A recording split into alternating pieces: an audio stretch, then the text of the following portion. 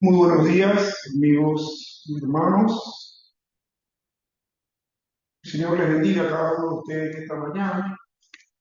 Vamos a estar compartiendo la palabra del Señor y vamos a estar basando esta predicación en el texto de Lucas, capítulo 9, del verso 14 hasta el 29. Marcos, capítulo 9, versos 14 al 29. Antes vamos a estar orando y pidiéndole pues al Señor que nos guíe a todos a escuchar su santa y bendita. Jesús sana a un muchacho endemoniado. Es la lectura que vamos a tener, más el tema va a estar siendo titulado una demostración. Oremos. Señor y Padre bueno, damos gracias, te pedimos tu bendición, te pedimos que todos seamos ministrados por lo que tú, oh Dios, nos muestras en tu santa y bendita revelación, la Santa Biblia. Gracias porque tú quieres que seamos oidores, pero además de oidores, también quieres que seamos hacedores. Por lo tanto, permítenos oír y poner en práctica para beneficio de nuestra vida y de los demás tu santa palabra. Señor, ministra los corazones, convence de pecado, justicia y juicio, y levanta el ánimo aún de los que estén en este momento desanimados, con ganas de dejar el camino y abandonarse a su propia suerte. Gracias, bendito Dios. En el nombre de Jesús. Amén y amén. Como dije, el texto que vamos a estar desarrollando es el que está contenido en el Evangelio según San Marcos, capítulo 9, versículo 14 al 29, que vamos a proceder a ver. Jesús sana a un muchacho endemoniado. Cuando llegó a donde estaban los discípulos, vio a una gran multitud alrededor de ellos y escribas que disputaban con ellos. Y enseguida toda la gente, viéndole, se asombró y corriendo a él le saludaron. Él les preguntó, ¿qué disputáis con ellos? Y respondiendo uno de la multitud dijo, Maestro, traje a ti mi hijo que tiene un espíritu mudo, el cual, donde quiera que le toma, le sacude y echa espumarajos y cruje los dientes y se va a secar. Y dije a tus discípulos que lo echasen fuera y no pudieron. Respondiendo él, les dijo, oh generación incrédula, ¿hasta cuándo he de estar con vosotros? ¿Hasta cuándo os he de soportar? Traérmelo. Y se lo trajeron. Y cuando el espíritu vio a Jesús, sacudió con violencia al muchacho, quien cayendo en tierra se revolcaba, echando espumarajos. Jesús preguntó al padre, ¿cuánto tiempo hace que le sucede esto? Y él dijo, desde niño. Y muchas veces le echa en el fuego y en el agua para matarle. Pero si puedes hacer algo, ten misericordia de nosotros y a mí. Jesús le dijo, si puedes creer, al que cree todo es posible. E inmediatamente el padre del muchacho clamó y dijo, creo, ayuda a mi incredulidad. Y cuando Jesús vio que la multitud se agolpaba, reprendió al espíritu inmundo diciéndole, espíritu mudo y sordo, yo te mando, sal de él y no entres más en él. Entonces el espíritu, clamando y sacudiéndole con violencia, salió y él quedó como muerto. De modo que muchos decían, está muerto. Pero Jesús, tomándole de la mano, le enderezó y se levantó. Cuando él entró en casa, sus discípulos le preguntaron aparte, ¿por qué nosotros no pudimos echarle fuera? Y les dijo, este género con nada puede salir, sino con gracia. Una demostración de fe. Entre tanto que Pedro y Jacobo y además Juan estaban experimentando la gloria de Dios en la montaña, los otros 9 discípulos estaban metidos en una situación bochornosa en el valle. Un padre afligido había traído a su hijo endemoniado, sordo y mudo, como lo vemos en el versículo 25, a los discípulos para que los sanara, pero ellos no habían podido echar fuera al demonio. Jesús les había dado este poder, pero ellos no pudieron librar al muchacho. Por supuesto, los líderes religiosos estaban divirtiéndose de lo lindo, discutiendo con los discípulos y tratando de desacreditar. Quisiera que estuviésemos leyendo brevemente, mis estimados hermanos, para tener algo de contexto, lo que sucedió en el evento de la transfiguración. Esto está en el capítulo 9, versículos del 2 al 13. 6 días después, Jesús tomó a Pedro, a Jacobo y a Juan y los llevó aparte solo a un monte alto y se transfiguró delante de ellos. Y sus vestidos se volvieron resplandecientes, muy blancos como la nieve, tanto que ningún lavador en la tierra los puede hacer tan blancos. Y les apareció Elías con Moisés, que hablaba con ellos. Entonces Pedro dijo a Jesús, Maestro bueno, es para nosotros que estemos aquí y hagamos 3 enramadas, una para ti, otra para Moisés y otra para Elías, porque no sabía lo que hablaba, pues estaban espantados. Entonces vino una nube que les hizo sombra y desde la nube una voz que decía, este es mi hijo amado, a él oíd. Y luego, cuando miraron, no vieron más a nadie consigo, sino solo a Jesús. Y descendiendo ellos del monte, les mandó que a nadie dijesen lo que habían, sino cuando el Hijo del Hombre hubiese resucitado de los muertos. Y guardaron la palabra entre sí, discutiendo qué sería aquello de resucitar a los muertos. Y le preguntaron diciendo, ¿por qué dicen los escribas que es necesario que Elías venga primero? Respondiendo él les dijo, Elías a la verdad vendrá primero y restaurará todas las cosas. Y como está escrito del Hijo del Hombre, que padezca mucho y sea tenido en nada, pero os digo que Elías ya vino y le hicieron todo lo que quisieron, como está escrito de él. Entonces vemos aquí a lo que se refiere o a lo que nos estábamos refiriendo respecto a que Pedro, Jacobo y Juan estaban experimentando la gloria de Dios en la montaña en este episodio, evento de la transfiguración, mientras que el resto de los discípulos estaban siendo abochornados por la situación.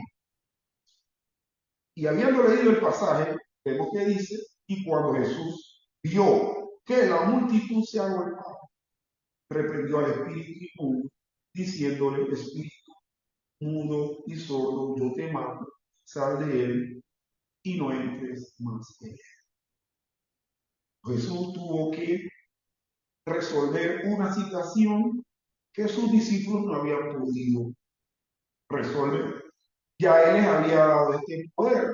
Si vamos a Marcos 3:15, posteriormente a 6, 7 y 13, veremos esto. En Marcos 3:15, mi estimado, vemos lo siguiente y dice, y que tuviesen autoridad para sanar enfermedades y para echar fuera a los demonios. Leemos un poco más adelante, y después subió al monte y llamó así a los que él quiso y vinieron a él y estableció a 12 para que estuviesen con él y para enviarlos a predicar, y que tuviesen autoridad para sanar enfermedades y echar fuera demonios. Esta es la primera mención que se hace de esa capacitación que el Señor les había dado sobre los demonios. Ahora, en el capítulo 6, versículo 7 dice: después llamó a los 12 y comenzó a enviarlos de dos en dos y les dio autoridad sobre los espíritus inmundos. Y esto lo vimos cuando estuvimos examinando la misión de los 12, previo a la muerte de Juan el Bautista. En el versículo 13 dice: y echaban fuera muchos demonios y ungían con aceite a muchos enfermos y los sanaban. Es decir, esta capacitación que Dios le había dado a los apóstoles la estaban ejerciendo, pero llegó esta ocasión y no pudieron. Jesús libró al muchacho, pero el demonio hizo un último intento de destruirlo. Y en el versículo 6 dice entonces el espíritu, clamando y sacudiéndole con violencia, salió y él quedó como muerto, de modo que muchos decían: está muerto. Este espíritu sordo y mudo que tenía al joven en este estado de tartamudez, sordera, mudez, etc., cuando Jesús lo reprende, clama, suelta un grito, pero queriendo matarle, pues lo sacudía con violencia. Así es. En Lucas, capítulo 9, versículo 42, leemos. Lucas 9, versículo 42, lo siguiente. Y lo vemos aquí en la escritura. Y mientras se acercaban, el muchacho, el demonio le derribó y le sacudió con violencia. Pero Jesús reprendió al espíritu inmundo y sanó al muchacho y se lo devolvió a su padre. Bueno, esto hablando de la misma circunstancia esta del endemoniado, ciego, perdón, sordo y mudo. Entonces, a menudo, hermanos, justo antes de la liberación, el diablo parecerá obtener una gran victoria, pero el Señor al final gana la batalla. ¿Por qué fallaron los discípulos? Es la gran pregunta que nos debemos hacer, ya que en ocasiones anteriores pudieron desarrollar, pudieron aplicar esa autoridad. Y la respuesta es debido a su incredulidad. Los versos 19 y 23 nos dicen: y respondiendo él les dijo: oh generación incrédula, aquí apelando a su incredulidad. Y en el 23 les dice: Jesús le dijo: si puedes creer, al que cree, todo le es posible. No tanto en los discípulos, sino también en el que había traído al muchacho y en la gente que se había reunido, había incredulidad. En Mateo 17, 20, que es también un pasaje paralelo respecto a esto, se nos dice: Jesús les dijo: por vuestra poca fe, porque de cierto os digo que si tuvieseis fe como un grano de mostaza, diréis a este monte: pásate de aquí allá, y se pasará, y nada os será posible.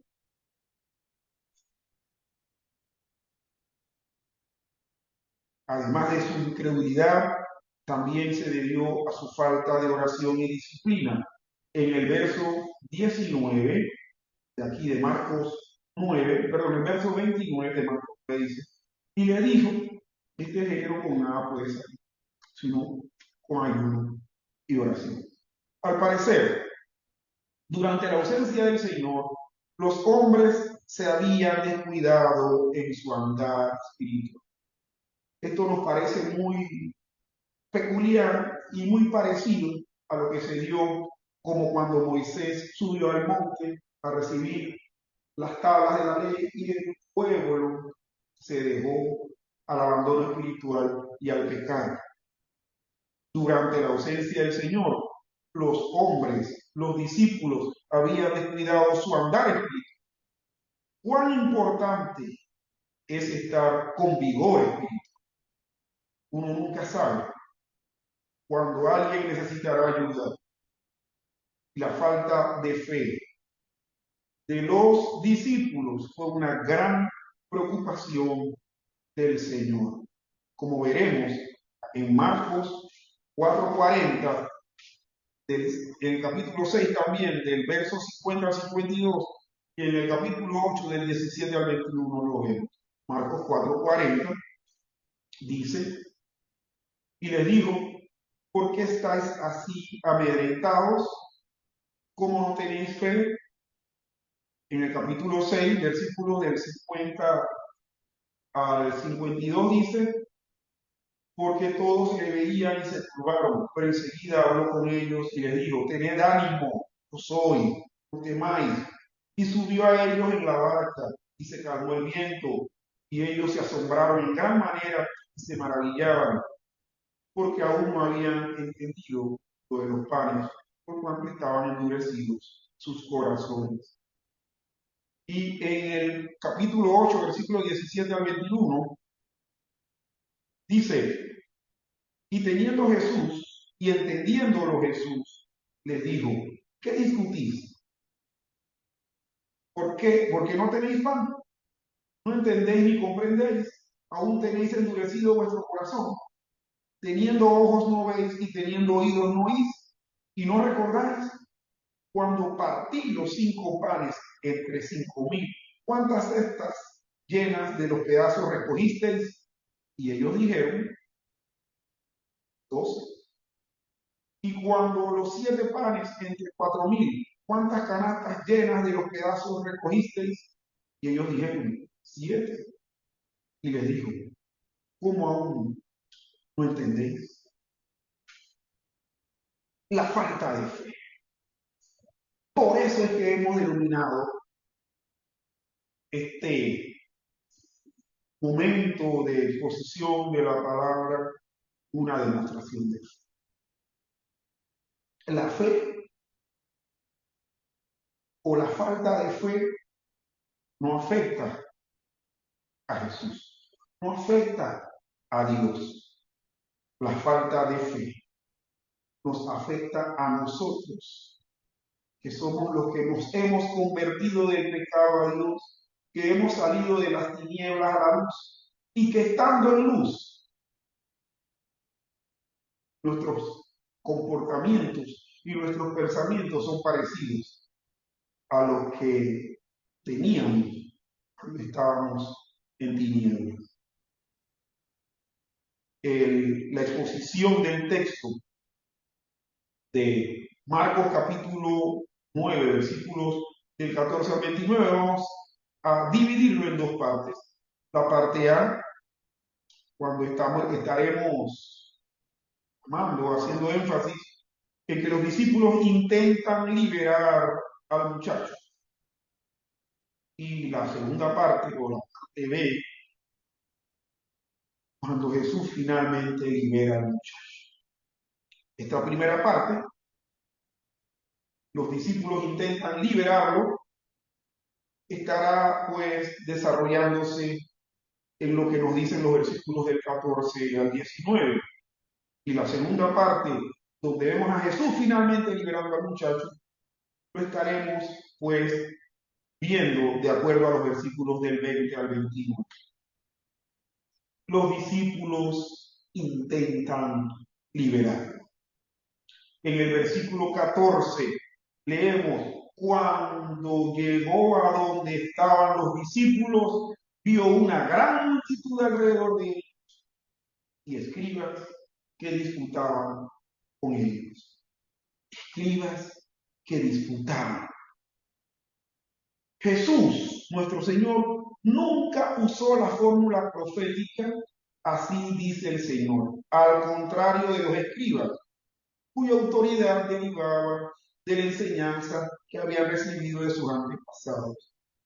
Nosotros vamos a ver que estos discípulos, mientras disputaban con Jesús, y quizás aún en este preciso momento que disputan con los discípulos del Señor, decían: nuestros padres, en los padres está esto, nuestros padres dijeron esto, ¿por qué no respetáis estas costumbres y tradiciones? Y vemos que, a contrario de los escribas, Jesús nunca utilizó esa fórmula profética, así dice el Señor. Jesús hablaba como único autorizado por su Padre espiritual, por su Padre celestial.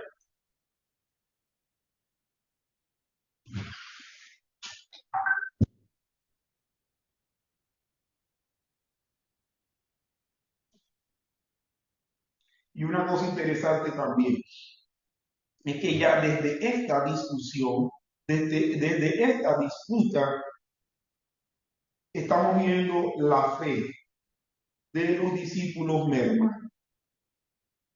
Los discípulos se dejaron amedrentar, se dejaron minar, se dejaron debilitar por los escribas y fariseos que estaban reunidos en la multitud y que estaban haciendo fiesta, que estaban divirtiéndose viendo el fracaso en la expulsión del demonio. Y si seguimos leyendo los versículos, en el 15 veremos que enseguida toda la gente viéndole se asombró, hubo asombro en la gente, y corriendo a él le saludar. Vemos al Señor llegando, dándose cuenta de la situación de fracaso que habían tenido los discípulos, la gente asombrándose, y todas estas circunstancias apagando la poca fe o la débil fe que tenían los discípulos del Señor. Marcos capítulo 9, del 14 al 21.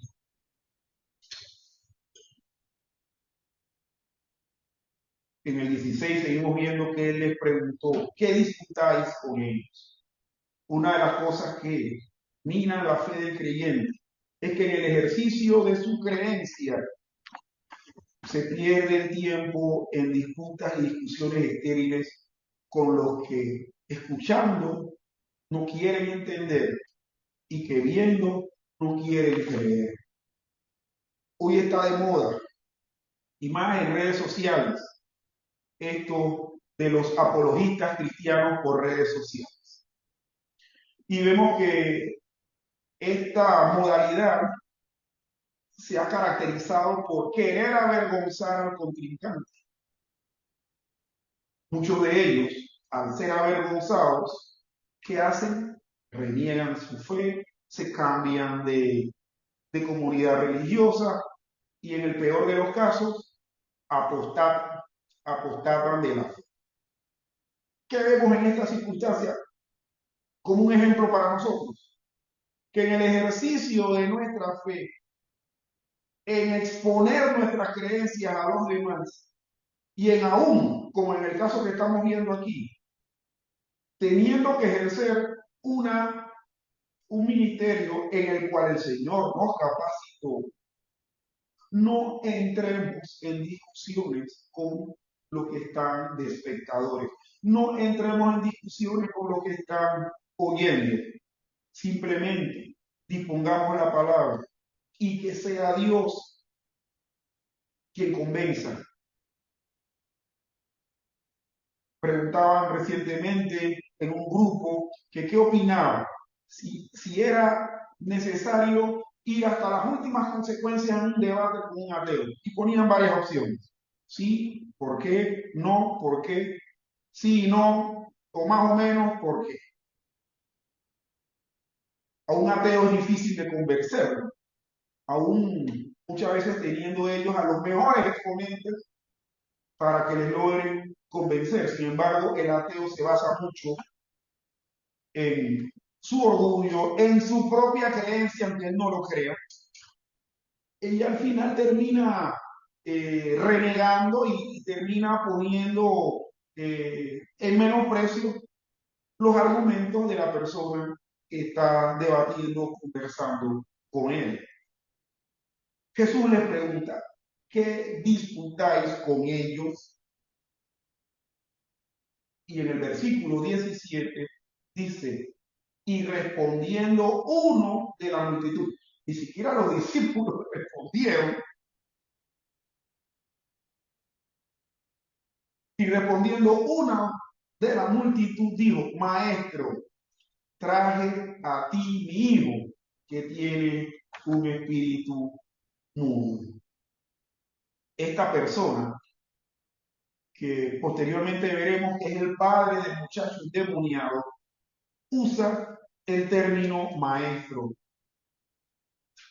En griego es el término didascalos, que corresponde al hebreo rabí. Los forasteros y los críticos, como en el caso muy especial que vemos aquí de los escribas, utilizaban este término cuando se dirigían a Jesús para mostrar que no lo consideraban una autoridad. Los discípulos raras veces utilizaron este término, raras veces. Normalmente le decían ellos directamente Señor. Pero vemos que este hombre, que quizás como último recurso había llevado a su hijo con un espíritu sordo y mudo, como que como último recurso lo había llevado a los discípulos y estos no pudiéndole liberar, este se dirige a Jesús como maestro. Es decir, diciéndole, tú eres uno de los tantos rabinos que anda por ahí predicando, enseñando y que hemos escuchado que realizas algún tipo de portentos. Sabemos que este hombre dice que había traído a los discípulos a su hijo que tenía un espíritu mudo, un espíritu que lo había dejado mudo. En contraste con otros que eran espíritus habladores, que cuando veían a Jesús, la persona endemoniada decía, ¿por qué me vienes a atormentar antes del tiempo? Bueno, aquí vemos a uno que cuando vio a Jesús, enmudeció todavía más y lo que hizo fue que empezó a revolcarse, tratando pues de esta manera matar al pobre joven. Estos discípulos que intentan liberarlo, como hemos venido diciendo, están viendo su fe cada vez más débil. Primero, no logran liberar al muchacho.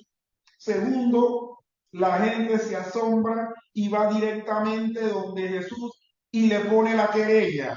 Como quien dice, estos que se supone que tienen que estar representándote a ti en los momentos de ausencia tuya, son un favor. No pudieron hacer nada. Su fe entonces debilitándose. Y sobre todo, que le diga, lo traje a ti o a ustedes como último recurso. Y veo que aquí no ha pasado nada. Quizás entendiendo la queja como una frustración, como que se sintieron defraudados. Todavía más esa acusación hace que la fe de los pobres discípulos mengue cada vez más.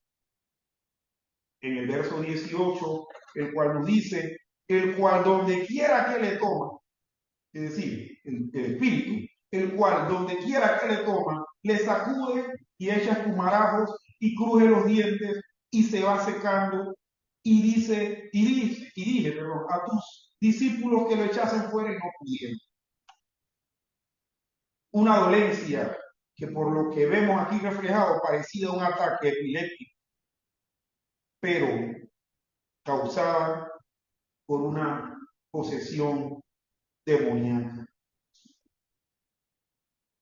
En cuanto a esto que vemos en este episodio, no sabemos si Jesús estaba en una región gentil. Tendríamos que leer los textos anteriores. Posiblemente sí, estaba en la Galilea de los gentiles, porque vemos que había alimentado a los 4.000. Anteriormente a eso había sanado a la mujer sirofenicia. Anteriormente a eso había estado en la región del lago. Y sabemos que posteriormente Jesús se desplazó en esa zona donde había una mezcla de personas de creencia en el judaísmo y personas paganas.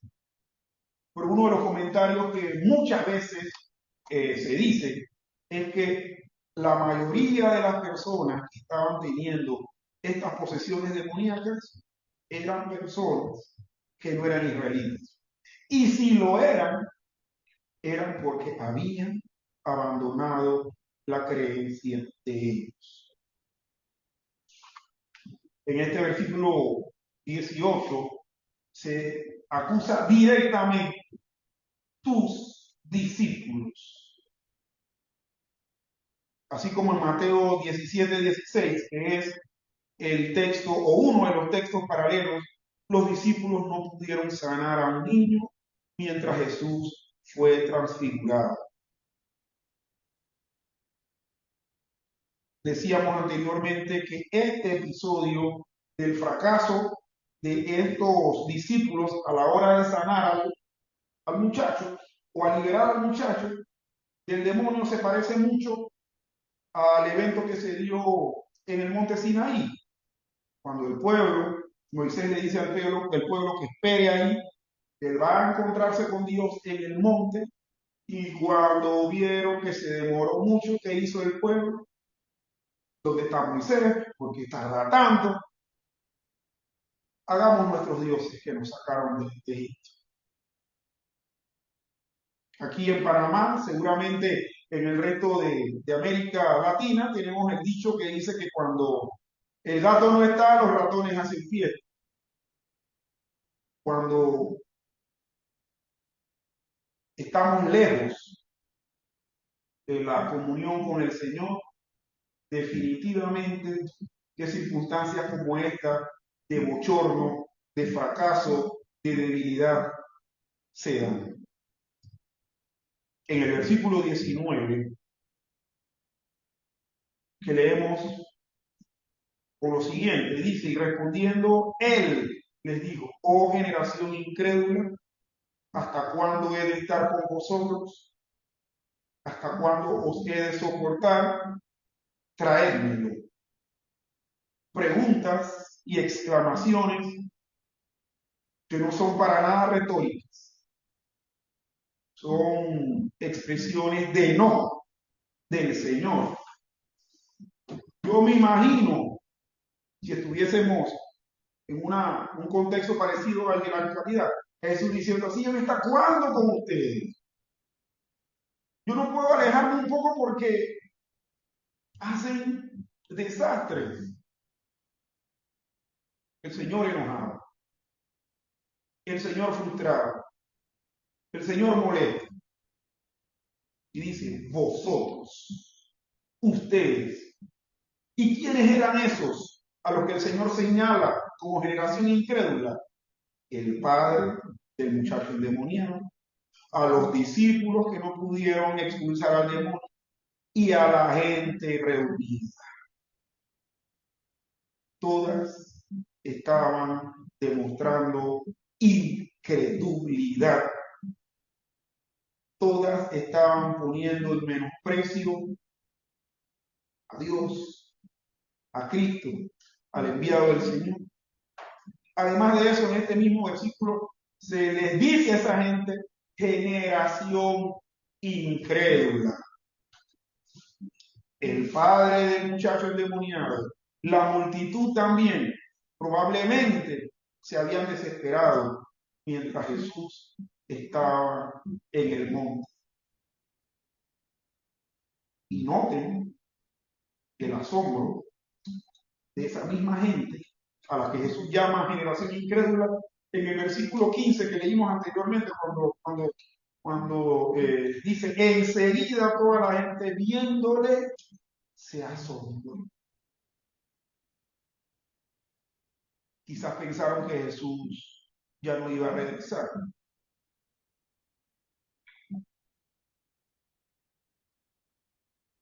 Un asombro que, si tratamos de aplicar la palabra de Dios a nuestra propia circunstancia personal, vamos a darnos cuenta que también se da con nosotros. Jesús dice, ¿hasta cuándo? ¿Hasta cuándo? Haciendo denotar tiempo.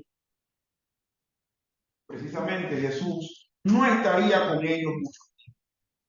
Y la falta de fe de los discípulos hizo que Jesús hiciera estas preguntas retóricas que indicaban decepción. ¿Hasta cuándo?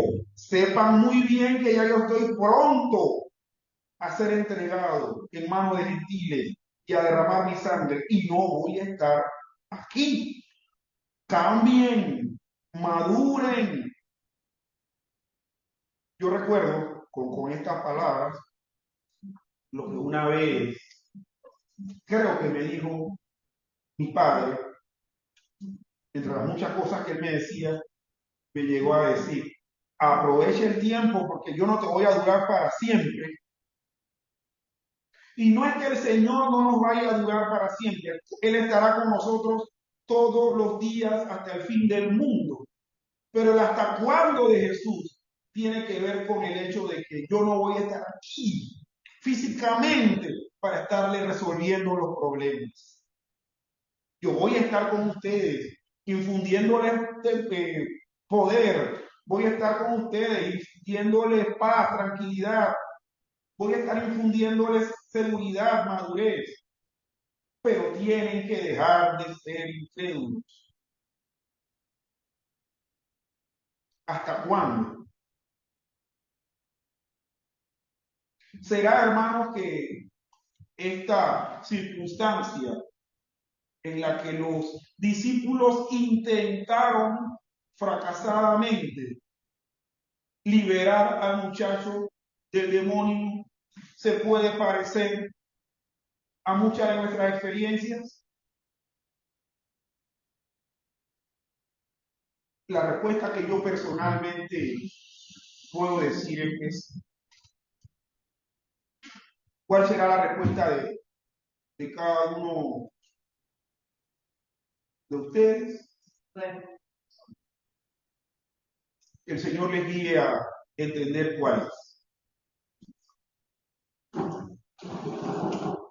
También veremos en los versos del 20 al 29 a Jesús finalmente arreglando el embrollo que no pudieron arreglar los discípulos. Antes de introducirnos en esto, hermano, quizá para un nuevo lector de la Biblia o una persona que sea no religiosa, lee esto, ve las circunstancias que le ocurrió a los discípulos y también escucha lo que hemos dicho. En este momento iba a decir, oye, pero los discípulos no tenían la culpa. No se les tiene por qué estar acusando a ellos. Oye, pero qué cosa, quiere acusar a la gente de cosas de las cuales ellos no son responsables. Pero nosotros, de una manera totalmente diferente, nuestra visión que tenemos, sabemos que las circunstancias que pasamos en nuestra vida son puestas providencialmente por el Señor para que vayamos madurando, para que vayamos madurando los unos y los otros. Esta segunda parte la hemos, bueno, titulado Jesús finalmente libera al muchacho. Versículo 20 al 29. En el versículo 20 dice, y se lo trajeron cuando el Espíritu vio a Jesús, sacudió con violencia al muchacho, quien cayendo en tierra se revolcaba, echando espumarada. Aquí vemos lo que prácticamente sucedía en toda ocasión que Jesús se enfrentaba a esta circunstancia de posesión demoníaca. Los espíritus sacudían, les entraba la chiripiorca, pero en el verso 21, hermanos, vemos, Jesús preguntó al padre de familia, al padre del muchacho, ¿cuánto tiempo hace que le sucede esto? Y él dijo, desde niño. Jesús mostró interés en ese muchacho. No solamente llegó y dijo, quítate tú para ponerme yo, impongo manos, espíritu fuera. Jesús indagó, fue empático con la situación. ¿Desde cuándo le sucede esto? Y el padre le contesta, desde niño. Podemos pensar que esta empatía esta poca empatía fue una manifestación de la falta de fe que tenían los discípulos anteriormente, que quizás vieron la circunstancia, se pusieron pechones y dijeron, no, tráiganos a este muchacho aquí, que esto es cuestión de un 2 por 3. Y se dieron cuenta que le salió la bruja. Vemos aquí a Jesús sin tener necesidad de hacer eso.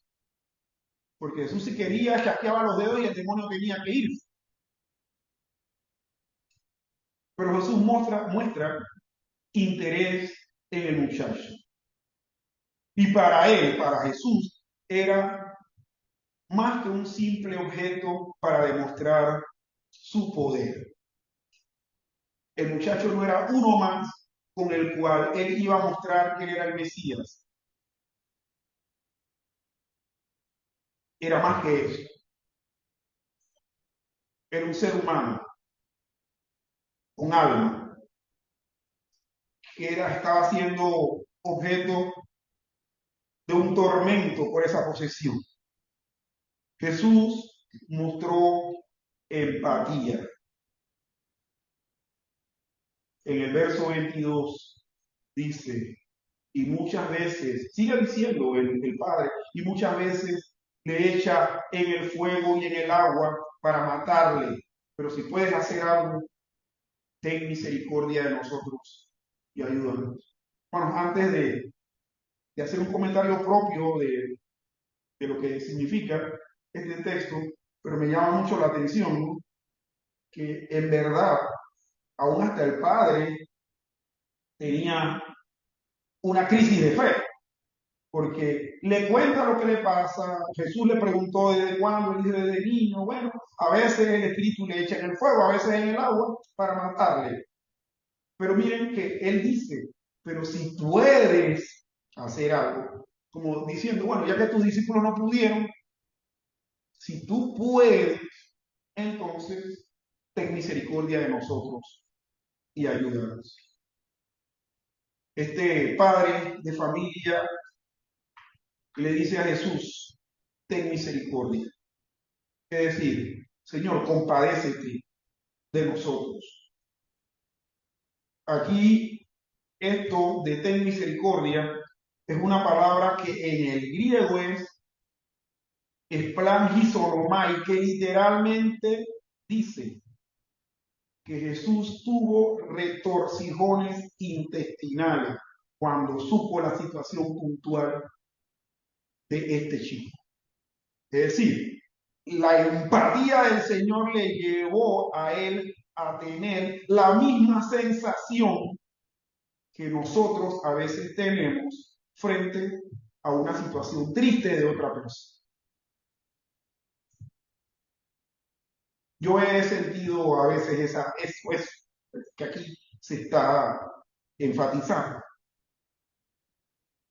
esos retorcijones que me lleva a muchas veces a tener lástima, misericordia con las cosas que estoy viendo que le ocurren a otros. Bueno, el Señor las tuvo. Y las tuvo precisamente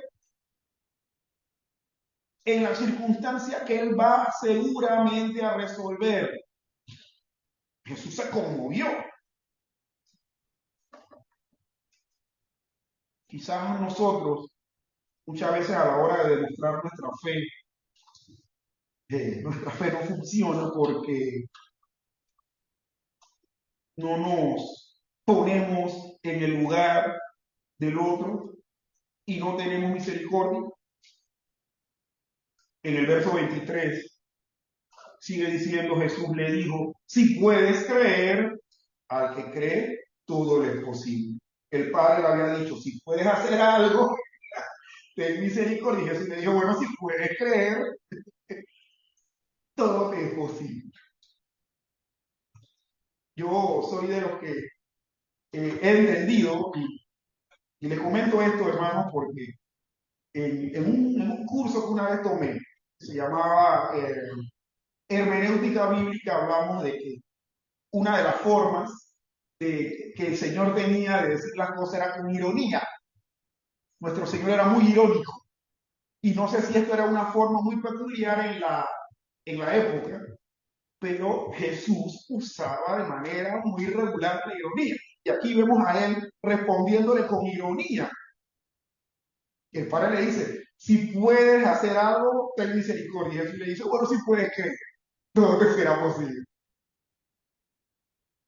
Y creo que también el Señor muchas veces utiliza esa forma irónica para sacudirnos.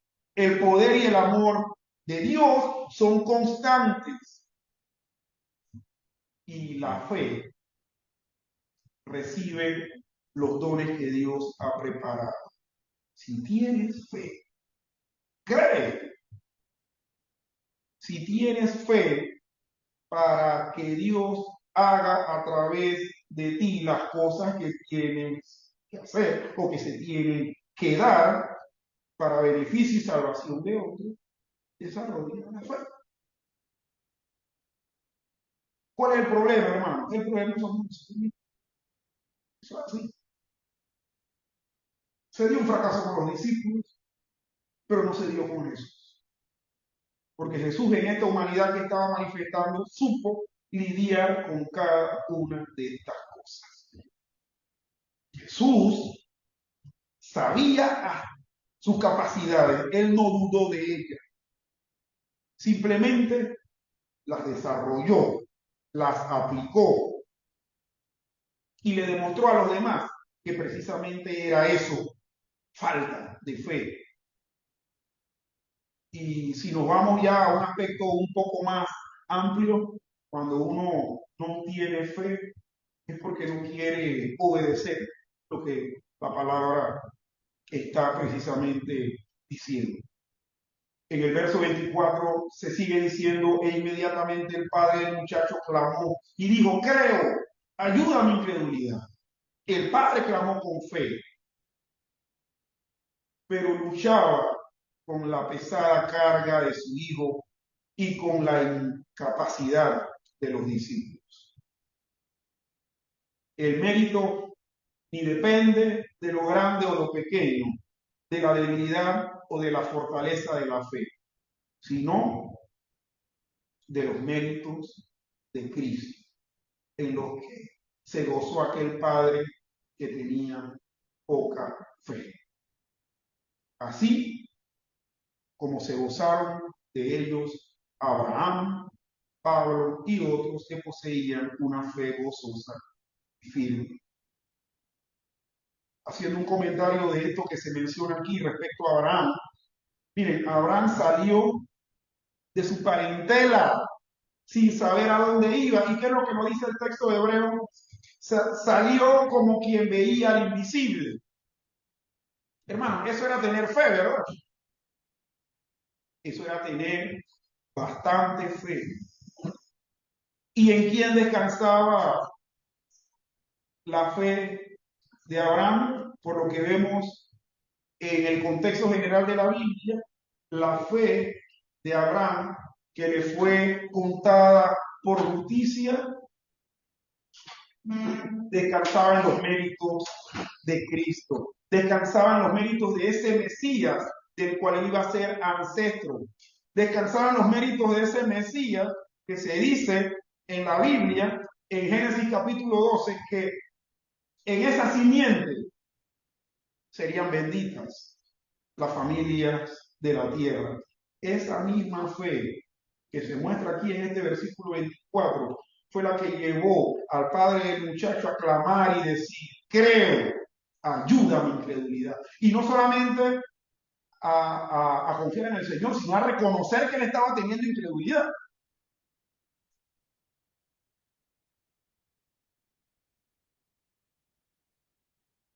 Versículos 25 y 26 los leemos. Y cuando Jesús vio que la multitud se agolpaba, reprendió al espíritu inmundo, diciéndole, espíritu mudo y sordo, yo te mando, sal de él y no entres más en él. Entonces el espíritu, clamando y sacudiéndole con violencia, salió y él quedó como muerto, de modo que muchos decían, está muerto. En Mateo 17, 18, quisiera ir brevemente aquí, Mateo 17, 18, nos dice la Biblia, y reprendió Jesús al demonio, el cual salió del muchacho, y éste quedó sano desde aquella hora.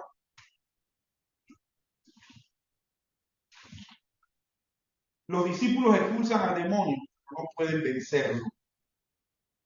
Jesús, quien acababa de oír la voz de su Padre, acordémonos en la transfiguración, inmediatamente venció al demonio mudo.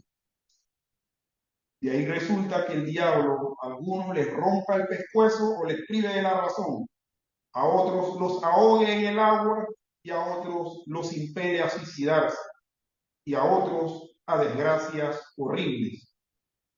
Por eso no tenemos otra cosa que hacer en la tierra que pedir en contra de este enemigo principal. Si Dios no nos protege, no estaríamos ni un momento seguros ante el diablo. Como estamos viendo aquí, este enlace que nos lleva a Mateo 17, 18, aquí vemos a los discípulos eh, que pudieron expulsar al demonio, pero no pudieron vencerlo después. O sea, no pudieron contra él.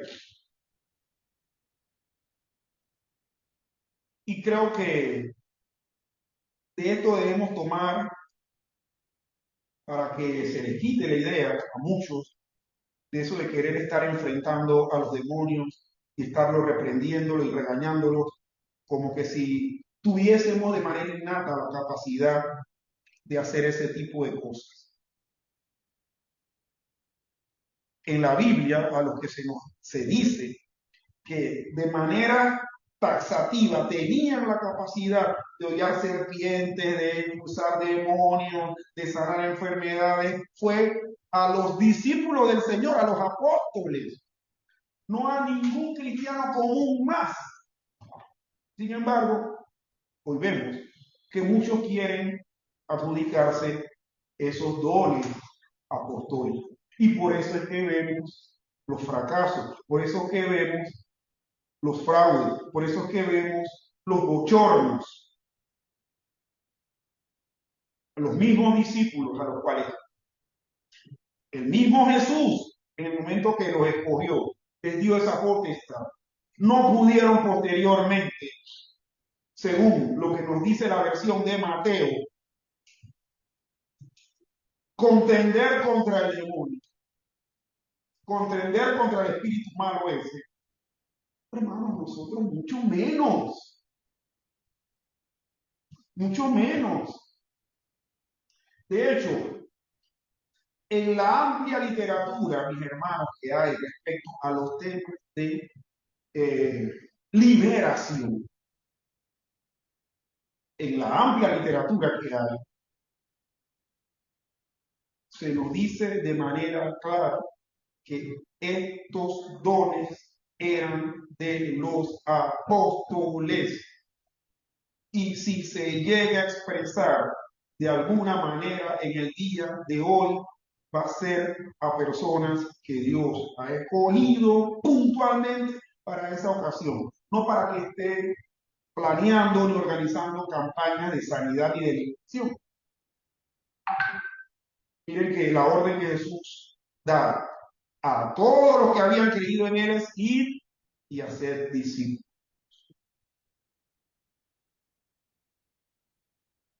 Curiosamente, hermanos, el espíritu mudo salió gritando del muchacho sanado, que parecía muerto. Esto es curioso porque este espíritu mantuvo al muchacho mudo, pero cuando Jesús lo reprendió y le ordenó que saliera, la misma Biblia nos dice que el espíritu clamando, es decir, gritó. Oye, no es que era mudo.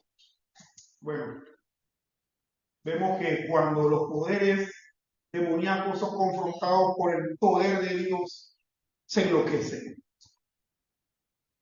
se trastornan, quedan haciendo todo lo que no deben hacer o lo que ordenó hacer, se le enredan los cables. Dice que clamando y sacudiéndole con violencia, salió y él quedó como muerto, de modo que muchos decían, está muerto. Me imagino que lo dejó exhausto.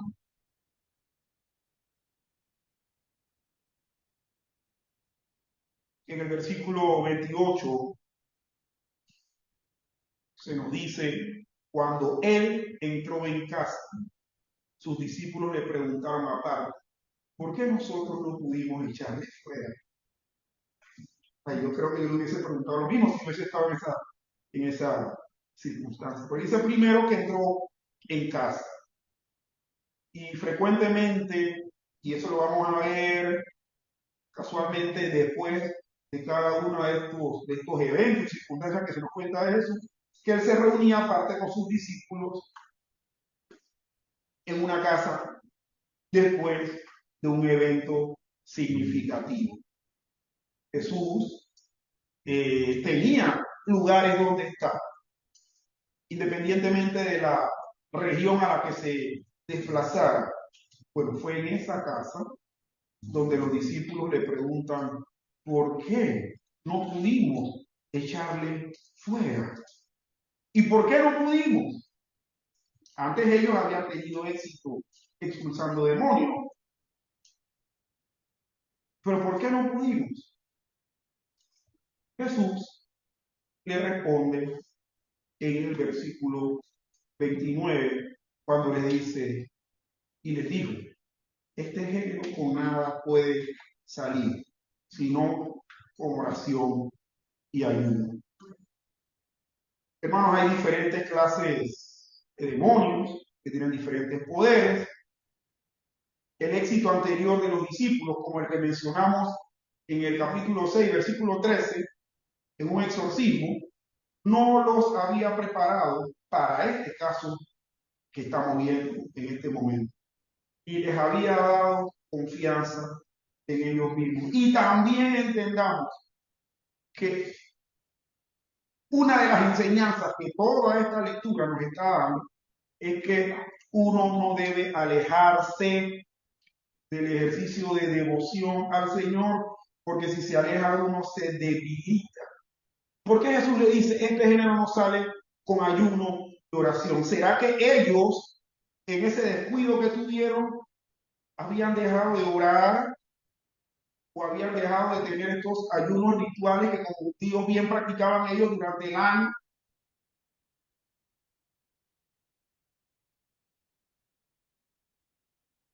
Lo que sí sabemos, hermanos, es que adicionalmente a que se nos está haciendo un énfasis, se está machacando el hecho de que nuestra fe se puede debilitar. Sabemos que una de las causales de debilitamiento de la fe para el diario vivir es falta de oración, falta de ayuda.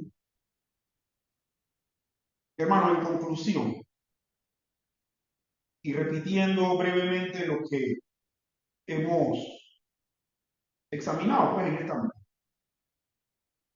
Jesús desciende de la transfiguración y encuentra un demonio desafiante, un padre angustiado, una multitud atónita y unos discípulos desesperados. La desesperación también amenaza doblegar nuestra fe, indicando que no somos capaces de cambiar o de mejorar, sugiriendo que Dios no se preocupa por nosotros ni tiene poder para ayudar. Pero Jesús no se entretiene en la gloria de la transfiguración, sino que desciende misericordiosamente a un mundo de desesperanza, desesperanza por los incrédulos y de duda, muchas veces de parte de los que creemos en Él. Señor, gracias por tu compasión. Gracias por esa compasión que te trae a nuestro mundo de dolor y abatimiento. Danos esa fe para vencer las dudas y ayúdanos a creer que para ti todo es posible. Gracias, Señor Jesús. Amén. El Señor le bendiga.